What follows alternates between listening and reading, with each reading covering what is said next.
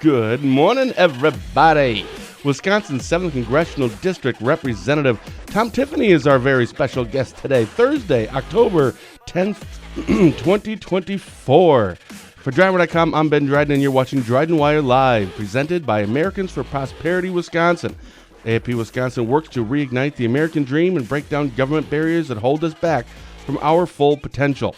Find an event near you at afpwisconsin.com and join AFP to fight for more freedom for all Wisconsinites.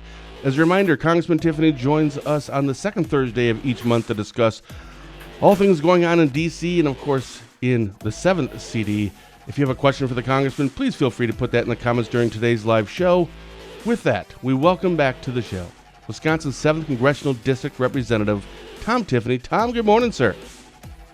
Good morning, Ben. Another gorgeous day in the Northwoods. Yeah, I can see you. I can always tell when you're at home or at work, when you're always working, but it's not just the background, it's your outfit. Because I don't think they usually prefer you wearing that when you're going to, vote on bills. How have you been in the last month? Yeah, terrific. Yeah, I went out for a short walk this morning, and man, the fall colors out here where we're at are just terrific. The maples usually are not in this full of color right where we're at this late.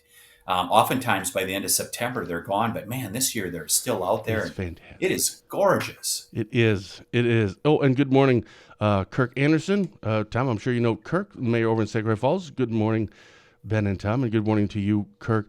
It was our 9-year anniversary at Drydenwire.com on October 1st, so 10 days ago. And I was kind of reminiscing, going through old stories and videos, and I had found when you first came on, or when you and I first kind of started doing something together, and you were actually in the Senate, in Wisconsin Senate, and you were giving, and you were on Joint Finance, and you were giving these weekly budget updates on the process. And I remember thinking how brilliant that was. And then we've had so many shows since, I probably should have counted how many, but I want to say thank you so much, Tom, for always treating not just Drydenwire, but me personally very well. Thank you so much for always agreeing to come on and talking. Not a lot of people like to do live shows, so thank you so much for doing that. Congratulations on 9 years. I'm assuming you're at the world headquarters, Drydenwire World Headquarters. I'm telling you, there's going to come a day. People are going to go, man, where did you start? Yeah, we started in Spooner, Wisconsin, man. In the 7th Congressional District. Yeah. All right, well, now that I've showered you with praises, I'm going to hit you hard on something. Because that's how it works. Obviously, there's that the hurricane is happening, I think, right now, actually, down in Florida. They're getting hit hard. Hopefully, everybody got out safe, and the ones that stayed. I mean, hey, I'm a big believer in individual rights, so that's what you want to do, fine. I wouldn't recommend it, but thoughts and prayers, and hopefully everyone's going to be okay. But on that note, I had a call, and I saw a story a few days ago, and then I had a call from a friend, actually two friends, that had echoed something that they had heard, and I ended up finding it, and apparently this was Donald Trump who started this, and the headline was, the Biden administration stole $1 billion from FEMA to use for illegal immigrants, and FEMA is now busted. And the people that called me, they weren't asking if that was true or not. They called and told me that that was true. So, thankfully, that we have a congressperson that can come on and tell us what's true, what isn't true. What is going on? So I'm not so sure it was President Trump that revealed that. I'm sure he followed up on it once it was out there, but it was others that study these things for a living. And it is true. I don't know if the figure is exactly $1 billion, but it is true that FEMA has taken a significant amount of money and they have sent it to that is dedicated to FEMA, and they have given it to illegal aliens for housing, food, transportation. So it is correct. What really set this off in my mind is when Secretary Mayorkas, the head of the Department of Homeland Security, said, we may run out of money if we have another natural disaster after Hurricane Helene. And that's when people really started to go, hold it. How are you going to run out of money? You were allocated lots of money in the latest budget. Why would you be running out of money? And then people start digging to where it's been spent. And that, to me, is what precipitated this, is Mayorkas saying that we're going to run out of money here. And there was no reason for that. I want to PolitiFact, and I don't know if they have leanings. I literally don't know. politifact.org or .com. I'm not sure which one it is. And it's called, PolitiFact? yeah, I don't, yeah. Well, let's come back to another example when you finish your thought. No, please. Now I want to hear this. We fact checked PolitiFact yesterday, our comms team and our communications team. Yeah. And we showed that PolitiFact said it was mostly false, that there were people on the terror watch list that may be coming into America during the Afghan pullout in 2021. If you remember August 2021, we were in the middle of that. 80,000 people came from Afghanistan after the disastrous pullout. And we said, there's people that are on the terror watch list. PolitiFact checked us and said it's mostly false. Well, in the last couple days, guess what's happened? A guy in Oklahoma City, an Afghan that came out at that time in 2021, is arrested because he's going to shoot up polling places on November 5th. The FBI arrested the guy along with, I think, another underage person. They had bought a couple Kalashnikovs and gotten the ammunition to shoot up the elections on November 5th. Look back at his social media, stuff like that. And so we are proud to say we fact-checked PolitiFact, and they were wrong. Well, all right. Now that helps me understand. So one of their bullet points they were looking at this statement. They had said that was from Donald Trump, that the Biden administration stole $1 billion from FEMA to use it for illegal immigrants, and FEMA is now busted. Under the FEMA part, it said FEMA is not out of money. The agency's disaster relief fund was facing a funding deficit before Hurricane Helene hit September 26th. This is not unusual. Nearly every year since 2017, Congress has approved extra funding for the agency. Fact check PolitiFact. Is that accurate? They didn't answer the question. Was there $1 billion that went to illegal immigrants? And no, I don't think they did answer that. So perhaps they narrowed in, or they went very narrowly into a question that arose out of the. Were they fact checking President Trump? They were, and actually, to be fair for them, here are the other 2 bullet points. This was under the you don't have time to read the whole thing. Here are the 3 bullet points. Why this is a liar, pants on fire type thing. And it says, starting in 2019, during the Trump administration, the Federal Emergency Management Agency has been funding migrants' food, shelter, and transportation through 2 programs that give money to nonprofit organizations and state and local governments. This funding does not come at disaster victims' expense. Neither of the programs for migrants use money from FEMA's Disaster Relief Fund, which is primarily used after natural disasters. Congress funds migrant and disaster relief programs separately. You're smiling. I love it. Sure. They took the question and they carved a little bit off to be able to show that they could be able to say false.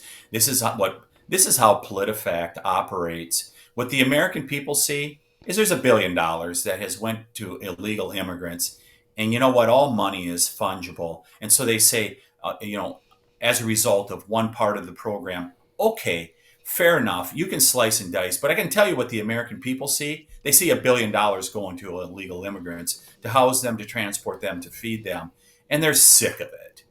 And so PolitiFact can play their little games, but we have proven once again that they're wrong. In particular, when they PolitiFacted us a couple years ago, and we showed now with that Afghan that was going to shoot up our election polling places in America on November 5th, that there are people here on the terror watch list. PolitiFact they're a bunch of lefties. Try to be honest once. All right. Maybe I won't go there anymore for fact checking. Well, let's do some. I had a comment on this next story. It was a press release from your office. The headline was Representative Tiffany takes bipartisan action to address USPS delivery issues. I had posted that press release, and of course, there was a few people that had commented that, well, it must be an election year. But first, for people who didn't see that, what is that about? So we've really seen big concerns with the Postal Service. Now, this has been going on for a few years. This isn't just 2024. This has been going on really since I came into office a little over 4 years ago. We continue to hear these complaints, in regards to, for example, local newspapers that get mailed. There's like three of them right over in the area where I live, Vilas, Oneida, and Iron counties, that those local, they're oftentimes weekly newspapers, that they're not getting delivered on time, sometimes not getting delivered at all. And we're also hearing that mail delivery is quite slow. And in fact, I talked to or communicated with one of my brothers last night, and he said the delivery for them has been real slow at times in western Wisconsin. And so there's a real problem. Now, part of it, I think, is that the Postal Service has gone to these central locations or they're not processing mail. For example, I don't think they're processing in Wausau anymore. They went to these central facilities, perhaps like in Green Bay, Milwaukee. I don't know exactly where they're at. But I think it's taking a little bit more time as a result of that. And there is real frustration about the mail getting to us on time, if not at all in certain situations. Wausau. So I know Spooner did that a few years ago here. But Wausau, that's a pretty big hub. Yeah, yeah. And I should be careful here because I'm not 100% sure, but I know at least on weekends a couple years ago, they no longer were processing on weekends in Wausau. It would have to go down to Milwaukee to be processed, Sure. is my understanding. So I don't know if they're not doing any processing anymore. Don't know that for sure, but I know some of the processing has been more centralized in fewer locations now, and perhaps that's part of it. Now, when you put bipartisan, now we've talked about this, Tom. There needs to be like a threshold or something because bipartisan, does that mean just one Democrat? And like, well, hey, bipartisan. Come on, how much bipartisan was it? I'd have to go back and check to see how many. Okay, I'm going to fact check you on that one. Sure, sure, sure. Now we're going to have Dryden fact. Yay! Oh, that's great. But so this is an actual big deal. So to the person who had responded that it must be an election year, right? That this is coming out and you're actually saying that, this takes action to address, you're trying to do something, but we're only, I think today we're 26 days away from the election. How would you respond to that person? Well, I mean, I just saw an op-ed in a local newspaper here, I think coming out of Tomahawk, where Senator Baldwin had a story about her, that she's raising concerns in regards to the Postal Service. So, if it's the case that I'm politicizing it as a result of an election that's real near, I think you'd have to throw the same thing then at Senator Baldwin. I do think that this is something that's bipartisan across the country at this point. Where delivery by the Postal Service it is not what it was years ago. Yeah. Wayne Harper says, I live in New Richmond. If I mail a letter across town, they say all mail goes to St. Paul, then it comes back here, which takes a few days, if not longer. I actually did that too. I actually mailed a letter to, I think it was just my parents or something, and just in Shell Lake, Spooner Shell Lake, and it comes back with St. Paul. Right, it has to go there. I mean, it is what it is. It still only costs, I don't know. Drusha does all our mailing. I don't even know what the stamp is. What is it, 25 cents? What is a stamp? Do you even know? Because I don't. Isn't it 54 cents now? Holy cow, maybe it is. For us. Either way. I thought it was 54 cents. Yeah. Hey, speaking of Wausau, that you brought up, wow, I saw a lot of stories. Wow, the media wasn't really happy with you. It was great. It was fantastic. It was great reading. It totally was. It was something about duplicate ballots. I didn't get into the story. Like, we didn't run a story on it because I didn't really understand a lot of it. There's a ballot box thing in Wausau, and then there was something about duplicate ballots in Wisconsin. So there was like two different stories here. But I want to get your take on both of those. So which one do you want to start with? So the big one we were most involved with is Madison.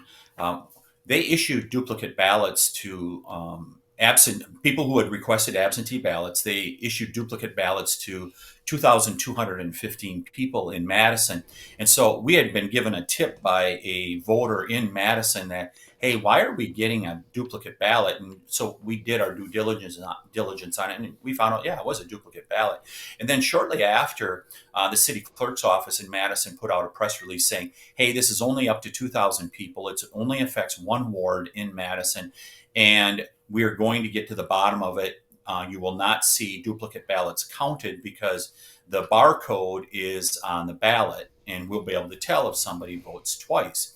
So we sent a whole series of questions to the city clerk's office, and we said, well, hold it. You say it's only one ward. Is that correct? Is it only 2,000 people? What's the deal with barcodes being on the ballot? And so they sent some corrective information. Sorry, we misspoke. Ballots are not on barcodes, as everyone knows. They're on the envelope. It turns out it's 10 wards, not one ward, and it's over 2,000 people. And so, but they became quite indignant about it because we questioned them about it and ultimately came back to them and said, hey, we think you need to bring in a third party, an independent party to review to make sure that, first of all, there's it isn't more than 10 wards, that it isn't just this initial tranche of 2,215 ballots. Let's get to the bottom of this and make sure that there isn't a bigger problem. And due to how you guys handled the election in 2020, when you allowed ballots in the park and things like that, we think it's important to get a third party in to review your processes and assure the public around Wisconsin and America that this is being done properly. Because there is a legitimate reason why people across Wisconsin would be concerned. Because you have statewide elections. And if there is election integrity problems in one community, it can affect our entire state. And you can understand why people around the country may be alarmed, because Wisconsin could end up deciding the president of the United States. Wisconsin could decide the balance of power in the United States Senate with the Senate race. So this just blew up across the country, and we just wanted answers. And they were like, hey, this was an honest error. We've taken care of it. We don't need a third party to come in. And so it may very well be the case, Ben, that it was an honest mistake, and hopefully they have it fixed. But you've got 2,215 duplicate ballots out there. I think you should go find every single one of them and make sure that it is one person, one vote. And so anyhow, we had a bit of a dust up with them. Well, I literally just Googled your name, Tom Tiffany, and put news. And sure enough, right away, this is from PBS Wisconsin. I didn't click on it to read it. I'm just looking at the headline. PBS Wisconsin, this is 2 weeks ago. Tiffany falsely suggests Madison City Clerk was lying about duplicate absentee ballots. If I clicked on that, what's it going to tell me? Yeah, so there was an article written by an AP writer in Wisconsin, and he's the one that wrote that Tiffany falsely suggests. I called that writer up, and I asked him, tell me, what was false about the suggestions that I put out there? And he said, well, everybody knows that the barcode's not on the ballot, it's on the envelope. And I said, well, not everybody knows that. And furthermore, if you talk to clerks, and if you suggest to them that barcodes are going to be on ballots, they're going to be hair on fire, because I've talked to them. I've talked to clerks about this, and they've said that is something you never say. Because think about voters. If voters thought that there were barcodes on ballots, I mean, people would be outraged by it. They're like, you can track my ballot that way if you have barcodes on ballots. So that's what the city clerk wrote in her initial release. She said barcodes are on ballots. We questioned it. I think we questioned it appropriately. And so I asked the AP reporter for a correction. He refused to do it. And we asked appropriate questions. He was wrong in what he wrote in saying falsely. So this is a Tiffany fact check that went on. So that article is incorrect in that they wrote falsely suggests, because we asked the correct questions, and they put, when the clerk said the barcodes are on the ballots, the clerk was wrong about that, and all we did was question it. Well, and I did click on the story, and you're right. They just republished the story from Associated Press. Looks like it was a Scott Bauer from AP. So you're correct. It is AP that did that. And just going through the headlines, that story was picked up by a lot of people and republished. Well, that's true. And that's how AP works. So it's just how it is. Why do you think, and I don't want to get too far into the weeds here on this topic, I don't want to start getting into like liberal media and etc. But Yeah. why do you think though that boy there was some low hanging fruit there? And if you did, if was it a I don't like Tom Tiffany, and this is some low hanging fruit where I could create something that puts him in a negative light? Is this a Republican thing, or do you think this has nothing to do with the fact that my name is Tom Tiffany, or that I'm a Republican?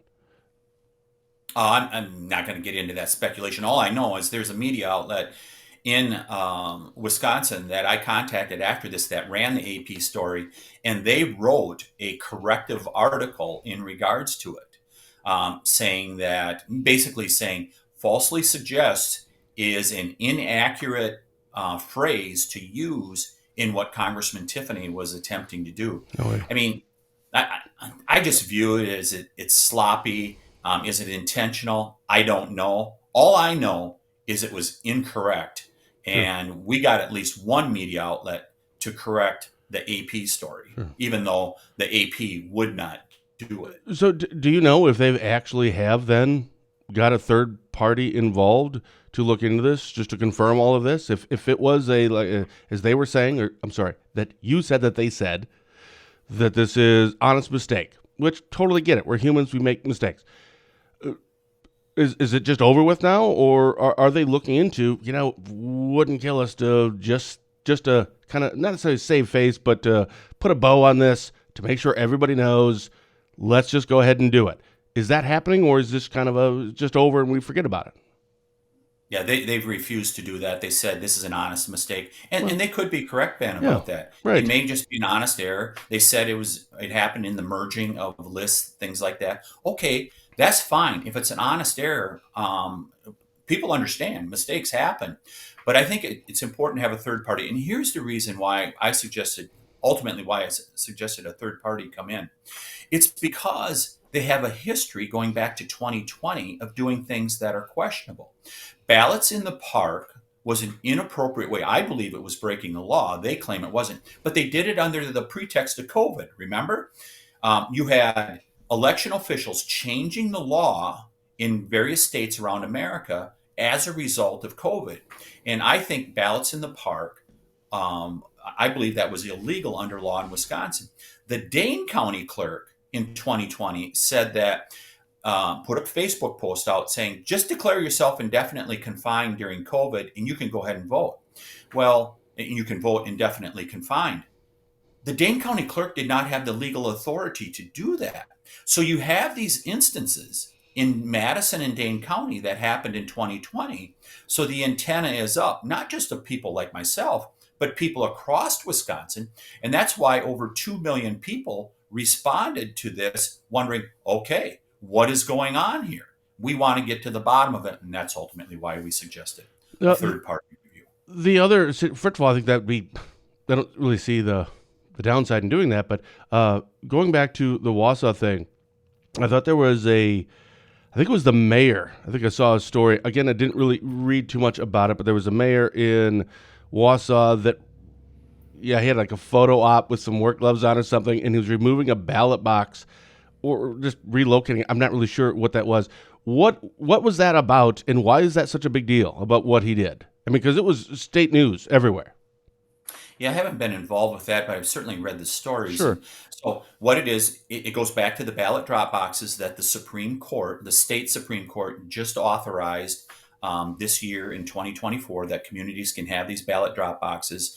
The clerk put out a ballot drop box. It was not bolted down, anything like that. And the mayor said, you got to make sure that this is secured. So he removed it. And then that blew up into what it is now.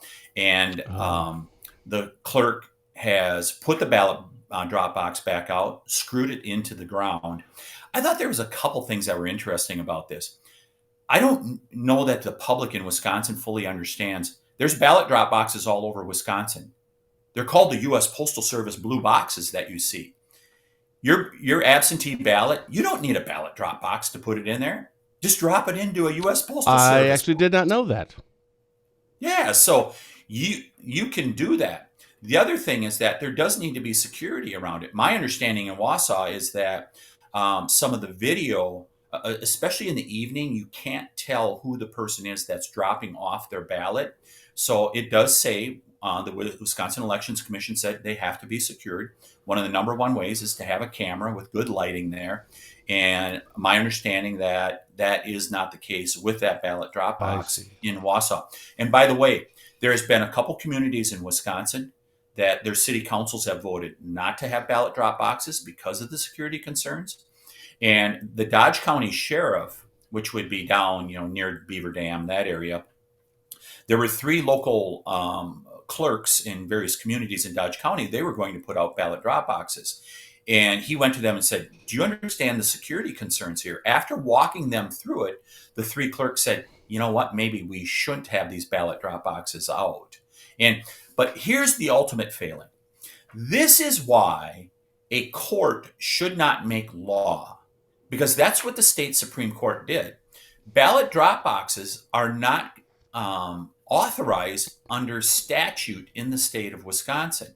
So they basically created this law saying that you can have ballot drop boxes out of whole cloth rather than going through the legislative process. And so this is what happens, because they're questioning, boy, what can we do about the mayor of Wausau removing a ballot drop box? Well, there's no underlying statute that says, here's the criminal penalties. This, and this. This is what you can be charged with, because the law was just made up by the state Supreme Court. That is the danger of having an activist Supreme Court, which my editorial content here, or editorial comment, we now have an activist court that says, we will make stuff up even if it is not in statute. Well, hey, on that note, I don't know how much of this you're following, but I think the Wisconsin Supreme Court is taking up we're going to be looking into or making a ruling sometime in the next few months regarding Governor Evers' the $400 or 400-year thing.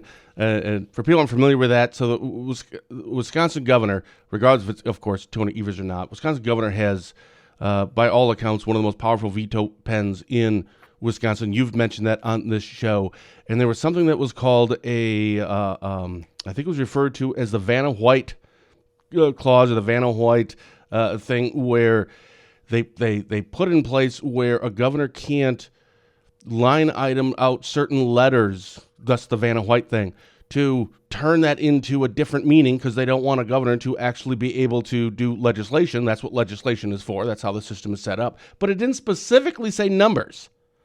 But it's the principle of it, right? It's the same idea. And instead of having a 2023-24 budget in this sentence, in this line item for this, I think it was like $400 a year per pupil. I think that's what it was for like that 2-year budget cycle. He just vetoed out the 2 and the 0 and the hyphen and created 2345. And it was like, well, you can't do that. But you just said it's a 4-3 liberal Supreme Court right now. How do you think that's going to end? Yeah, that I don't know. I see that there was a lot of questioning by justices, all 7 justices, in regards to this, and but it really has been taken to the height of absurdity. Wow, I when know. you create a 400-year veto, and that, by the way, this was for school funding to allow it for. I think it was originally meant just for that budget cycle. Yep, of 2 years. 2023 and 2024, exactly. Yeah, and so vetoed out a couple numbers and made it, what was it, 2345? 23, that's right. Or No, it something had to like be. that. I can't remember how it worded, but it was basically for 400 years by just Yeah. taking out these numbers. Come on. Yeah, so the increase is there for 400 years. So they're reviewing it. So the court has scaled back the governor's veto authority a little bit, and that was quite a number of years ago. I don't have the details on it. They're obviously looking at it now with this veto, and I think it kind of defies the intent of The spirit of it, the right. veto. Yeah, because the reason this was put in place is people get very concerned about the creativity that sometimes is being used in the legislative process in creating bills, and they wanted to give the governor authority, broad authority, to use his veto authority, in particular to rein in spending. Well, the opposite is happening here, where you're actually legislating more spending by using your veto authority in that manner. And that's not what the intent was when the citizens of Wisconsin, what was that, like 30 years ago, gave this very strong authority or powerful authority to the governor to use a line item veto. But my understanding, of course, is that when the Supreme Court looks at this, aren't they? They're just supposed to look at this, Wisconsin Supreme Court, and say, "Are you?" There you go. Just, No, go ahead. oh, okay. Is this some? Can they have really? Can they vote in a way that, like, we don't agree with this, and we feel as though this violates the spirit of the law or what we currently have set up? However, and having said that, there isn't anything technically. You didn't do anything technically wrong.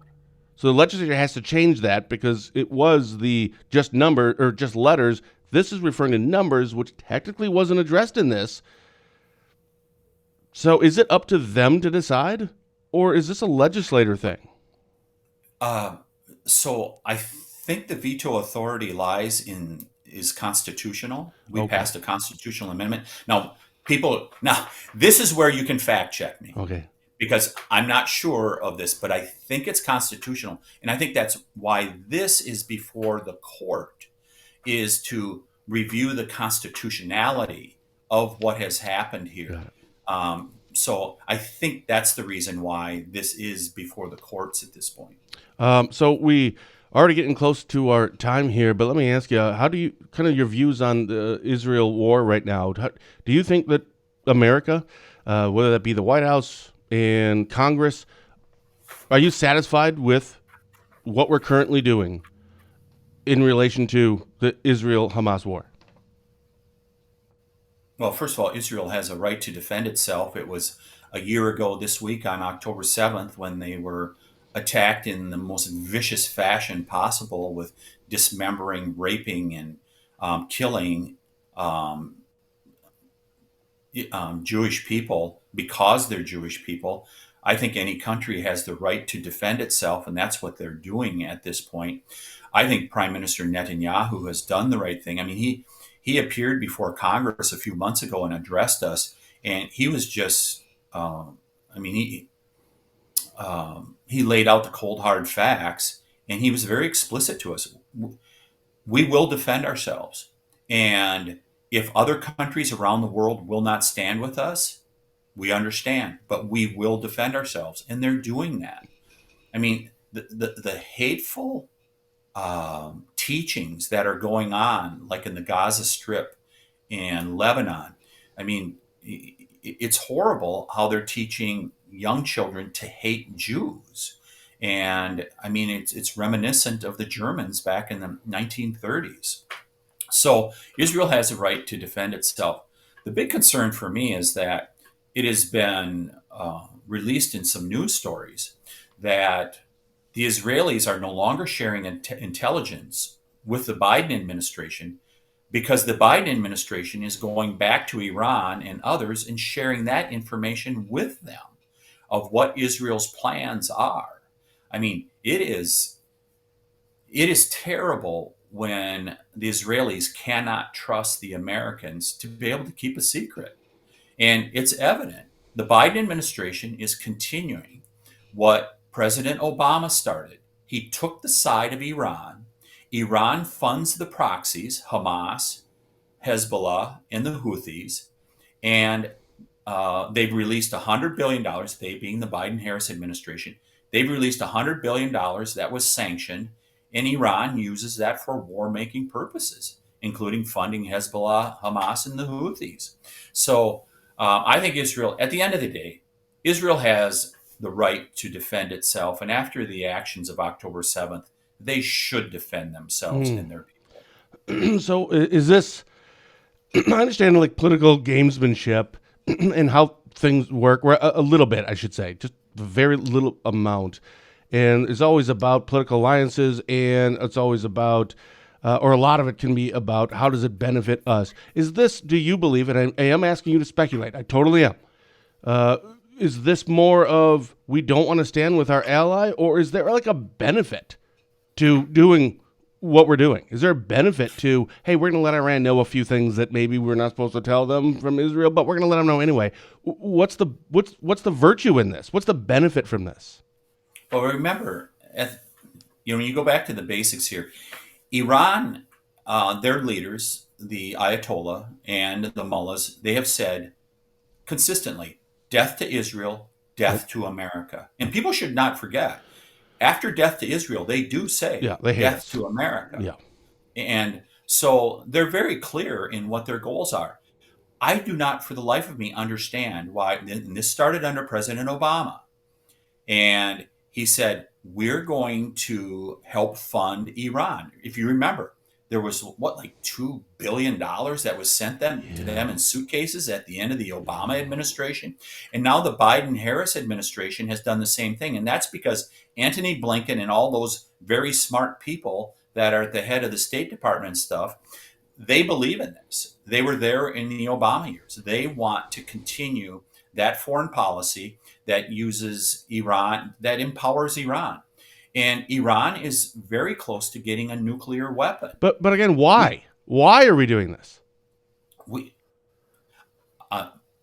for the life of me, I can't understand why we have an administration that wants to fund the Iranians, that wants to take the side of the Iranians, There who has to want be a reason. the Iranian leadership. They perhaps view it as a balance of power. But let's just go back 4 years and look at what was happening in the Middle East. Let's contrast now to then. You have a Middle East that is once again ablaze. 4 years ago, Israel was signing peace treaties with its Arabic neighbors, referred to as the Abraham Accords. There was peace breaking out in the Middle East. I mean, it is so clear that the current foreign policy that we're using in the Middle East is failing, just like it did under President Obama. I don't understand for the life of me why they're doing it that way. All I know is 4 years ago, peace was breaking out of the Middle East, and we should get back to that. All right. If I understand, sometimes a simple question there isn't a simple answer, but I don't feel like I've ever even seen an answer. And maybe that's just way beyond my knowledge to understand. But at least I need to see something. But so far, I haven't seen anything. Like, so why are we doing that? And whatever the answer is, fine. Just give me an answer. Yeah. Remember also that as a result, so the sanctions that were in place really impoverished the Iranians. Well, the Biden administration has released $100 billion of sanctions that is now in the Iranian leaders' hands. And you would think they would use it to help their people, but they don't. They're helping fund Hamas and Hezbollah. And it is because they want to destroy Israel. It's their number one goal in life is to destroy Israel. I just don't get it. But another thing that's happening as a result of it, the Iranians are sending weaponry to the Russians to be able to fight in the Ukraine war. So think about it. You've got the Biden-Harris administration that is like, I mean, they've been sending hundreds of billions of dollars to the Ukrainians, and yet by releasing this money to the Iranians, they're actually funding the weapons, some of the weapons that are going to the Russians. Oh, it makes my brain hurt. It is just nuts. It is a feckless foreign policy. We have got to change what is going on there. Hey, that leads us to our last topic. Election predictions. Wow. Obviously, no. I mean, your race doesn't seem to be likely going to be a competitive race. Not trying to jinx anything. So if you want to talk about that, we can. But I'm really looking at more towards the more macro level in Congress. How is this going to end up in Congress for the House and for the Senate? So I'll talk about my race first. I take nothing for granted. I hope to earn the people's votes of the 7th Congressional District. I would say this. Republicans are going to take back the Senate. It's just a matter of whether they have 51, 52, 53, or 54 seats. The Virginia race West Virginia race is already won with Joe Manchin being gone. Montana, I think Senator Tester, the Democrat, is toast. So that gets us to 51. Then now it's just a matter of, do we win Ohio, Wisconsin, and perhaps like Maryland or Arizona? It's really interesting because in Wisconsin, Hovde is really no kidding. 6 months ago when I found out it was Eric Hovde, I'm like, whatever. It's a sacrificial lamb. There's no way you're going to win. And then a couple of months ago, all of a sudden, he was starting to do better and getting better. And now I'm seeing some reports, some polling that it's a statistical tie, or at least within the threshold. My goodness, where did that come from? the Cook Political Report this week changed it from lean Democrat to a toss-up race. So Yeah. Eric Hovde is certainly the underdog yet at this Yes. point, just as he wasn't from the very start. But he's given himself a chance to be able to win. I think Bernie Moreno has a great chance to defeat the Democrat in Ohio, Sherrod Brown, who's been in for a number of terms in Ohio, primarily because Ohio has become a red state. You remember when Ohio, just a couple election cycles ago, man, that was one of the bellwether states. It was 50-50 state. President Trump is going to win Ohio by like 8 to 10 points based on the polling that I'm seeing. So anyhow, the Senate ends up somewhere 51 to 54. And right now it's 50-50, isn't it? No, I think Republicans have 49. Okay, 50, okay, got it. All right. So it's like 51-49. Sure. So that's a big deal then.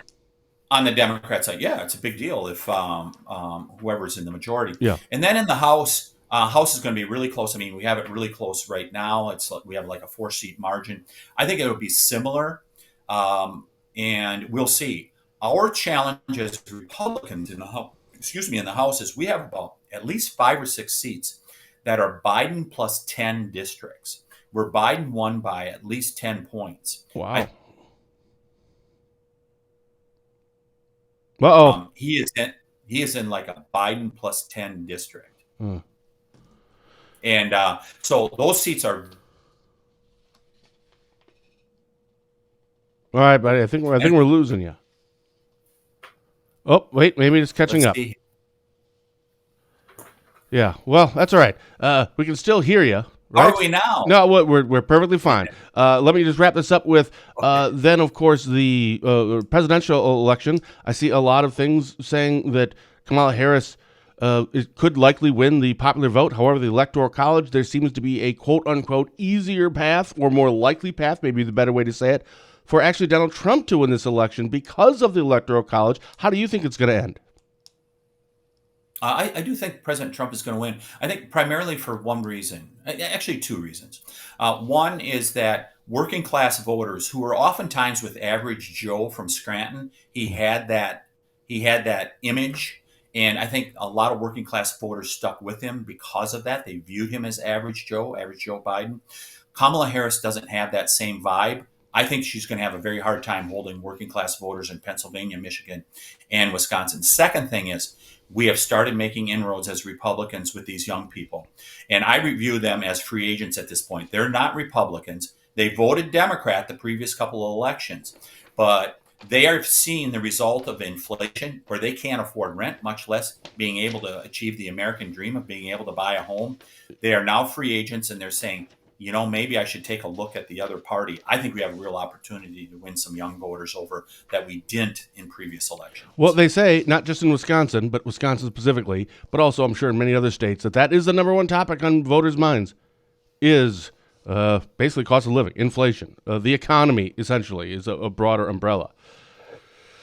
That could be a huge factor, but only 26 days left to go, so you're going to be on like 2 days after the No, is that week?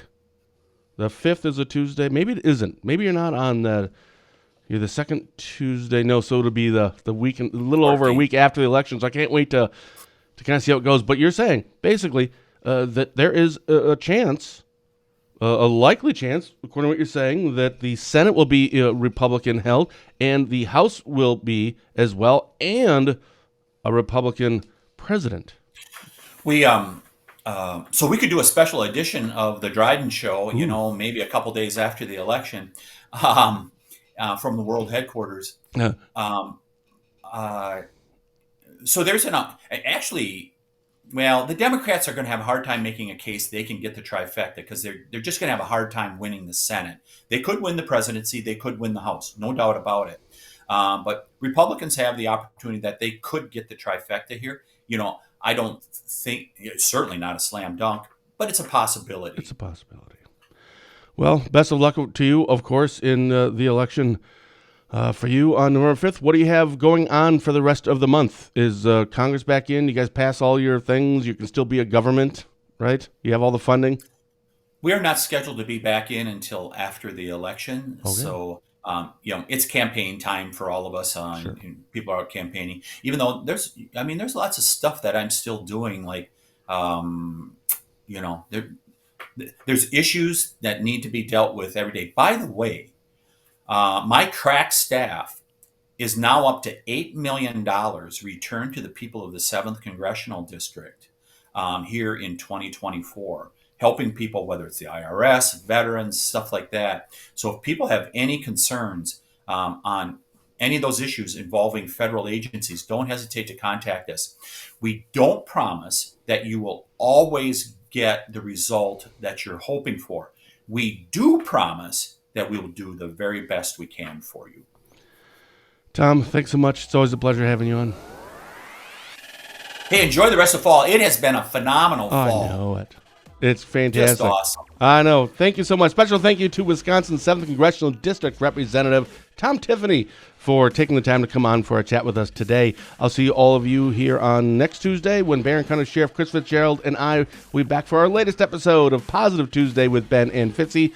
So until then, thank you for watching, and as always, have a blessed day.